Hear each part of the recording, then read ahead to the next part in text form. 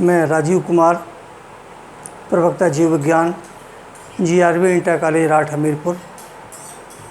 और जैसा कि सरकार के आदेशानुसार 1 जुलाई से 31 जुलाई तक संचारी रोग माह के रूप में मनाया जाना है।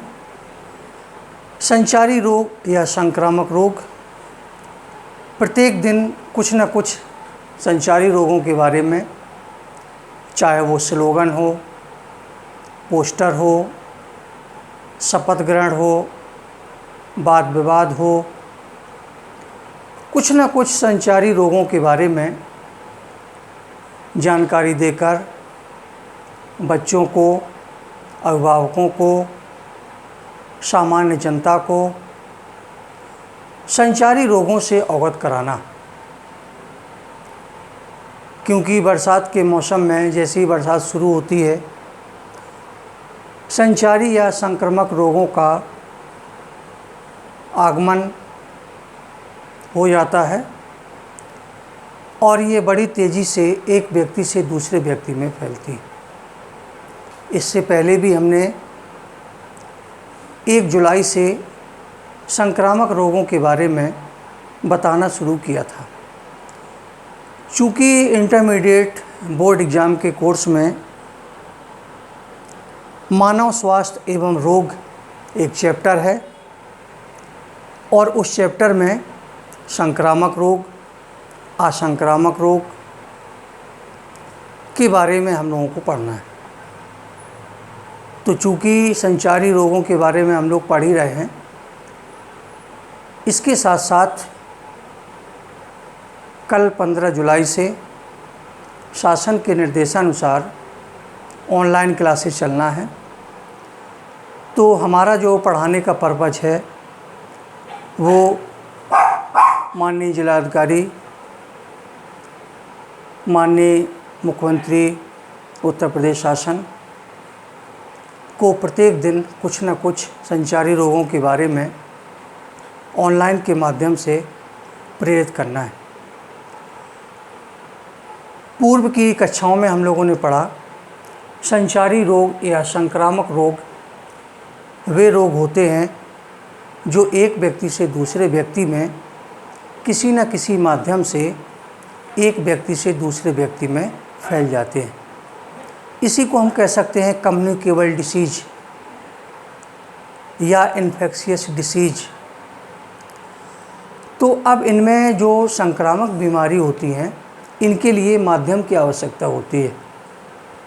माध्यम में चाहे वो जल हो, वायु हो, दूषित भोजन हो, विभिन्न माध्यम से एक व्यक्ति से दूसरे व्यक्ति में फैल जाती है। अब जो पैथोजन होते हैं, पैथोजन मीन्स जो रोग उत्पन्न करते हैं, कारक होते हैं, उनमें चाहे वो जीवाणु हों, विषाणु हों, कवक हों, प्रोटोजोआ हों, हेलमिंथेज हों आदि के द्वारा विभिन्न प्रकार के संक्रामक रोग होते हैं।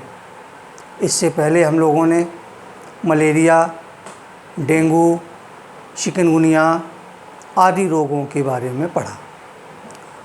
आज हम लोग विषाणु द्वारा होने वाले संक्रामक रोगों के बारे में अध्ययन करेंगे कि वे कौन कौन से रोग हैं जो विषाणुओं के द्वारा संक्रमित होते हैं और एक व्यक्ति से दूसरे व्यक्ति में फैल जाते हैं। तो नंबर 1 चेचक, जिसे चिकन पॉक्स कहते हैं। नंबर 2 येलो फीवर या पीत ज्वर उसी को कहते हैं। इन्फ्लुएंजा और फ्लू उसी को कहते हैं। खसरा है जिसे मीसल्स कहते हैं। एड्स, हेपेटाइटिस, कंजक्टिवाइटिस जिसको नेत्रों का ज्वर या आई फ्लू भी कहते हैं। स्वाइन फ्लू, रेबीज जिसे हाइड्रोफोबिया भी कहते हैं। पोलियो है, इंसेफेलाइटिस है, मस्तिष्क ज्वर या दिमागी बुखार। मम्स, गलसुआ यहाँ पे पैरोटिड ग्लैंड होती है, तो जब इनमें इन्फेक्शन हो जाता है उसे मम्प्स कहते हैं। जुकाम, कॉमन कोल्ड। इसके साथ साथ आज के समय में जो पूरे एक विश्व की समस्या बनी हुई है, कोरोना वायरस, वो भी एक विषाणु है। तो ये रोग विषाणुओं द्वारा फैलते हैं और एक व्यक्ति से दूसरे व्यक्ति में संक्रमित होते हैं। देखें हम लोग जो है, जैसे एक बीमारी है जुकाम या कॉमन कोल्ड। कॉमन कोल्ड अनेक प्रकार के विषाणुओं के द्वारा होता है। इसमें 75% राइनो वायरस है और 25% कोरोना वायरस है। ऐसा नहीं कि ये कोरोना वायरस कोई नया वायरस है, इससे पहले भी ये वायरस था, लेकिन इसका प्रकोप इतना अधिक नहीं था। ये दोनों वायरस मिलकर व्यक्ति के श्वसन मार्ग से प्रवेश करते हैं। श्वसन मार्ग से प्रवेश करने के बाद जब ये श्वास नली में पहुंचते हैं, तो पहुंचने के बाद उस व्यक्ति के जो म्यूकस झिल्ली होती है श्वसन मार्ग की, उसमें इन्फेक्शन पैदा कर देती है। इन्फेक्शन पैदा करने के बाद वहाँ पर सूजन, नासाकोश में कड़ापन हो जाता है, नाक बहने लगती है, गले में खराश, छींकना, खांसना आदि लक्षण जो है दिखाई देने लगते हैं। इसका जो मुख्य रूप से संक्रमण होता है, ट्रांसमिशन होता है कॉमन कोल्ड का, वो छींकने से, वायु में जब छींकते हैं हम, तो वायु में मुक्त बिंदु कणों से होता है। जैसे ही छींका तो छींकने में छोटी छोटी ड्रॉपलेट्स या बिंदु होते हैं, वो वायु में बिखर जाती है और बिखरने के बाद दूसरे व्यक्ति के नाक और मुंह के द्वारा चले जाते हैं और वो उनको भी जो है संक्रमित कर देती है। इसमें मुख्य रूप से कोई व्यक्ति छींक रहा है, दरवाजे की कुंडियां हैं या उसमें जो जंजीर लगी हुई वो है, आदि को जैसे ही छूता है तो वो वायरस वहाँ से हाथों में लग जाता है और हाथों में लगने के बाद उन हाथों से उस व्यक्ति के नाक और मुंह के द्वारा दूसरे व्यक्ति में पहुँच जाता है।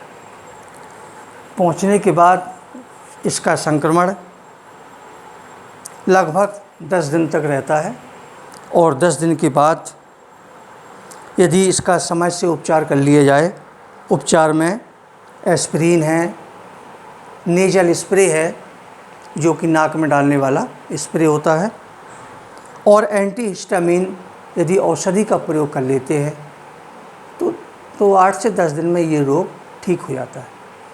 तो मुख्य रूप से क्या होता है कि कम से कम 2 मीटर की दूरी तक ये ड्रॉपलेट्स बिखर जाती हैं।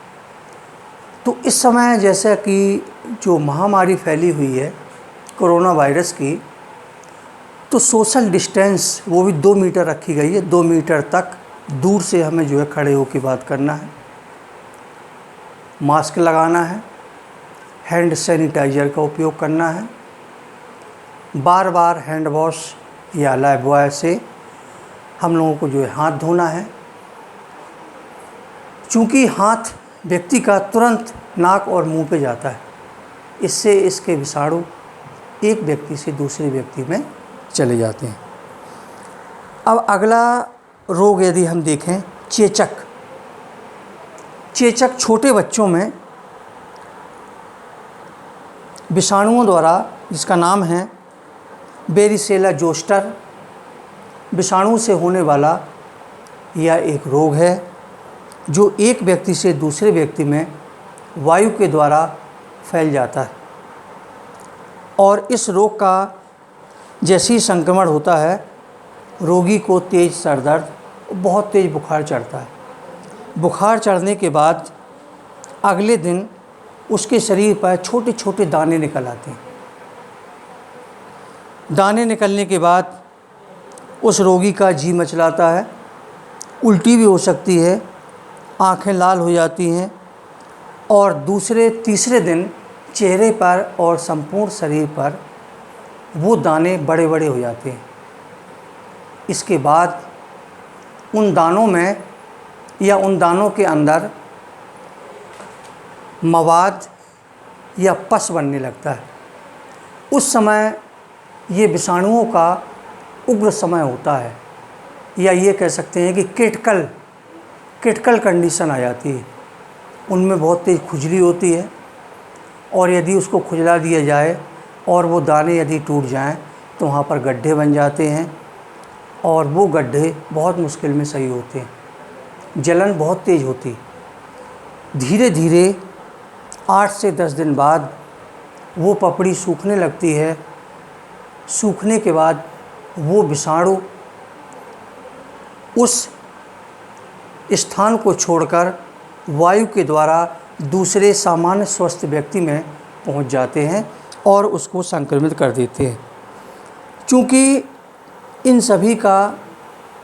सभी की कोई प्रॉपर ट्रीटमेंट नहीं होता, केवल एडवर्ड जेनर नामक वैज्ञानिक ने टीके का आविष्कार किया था, जिससे कि टीका लगने के बाद चेचक के विषाणु का संक्रमण ख़त्म हो जाता है या कम हो जाता है।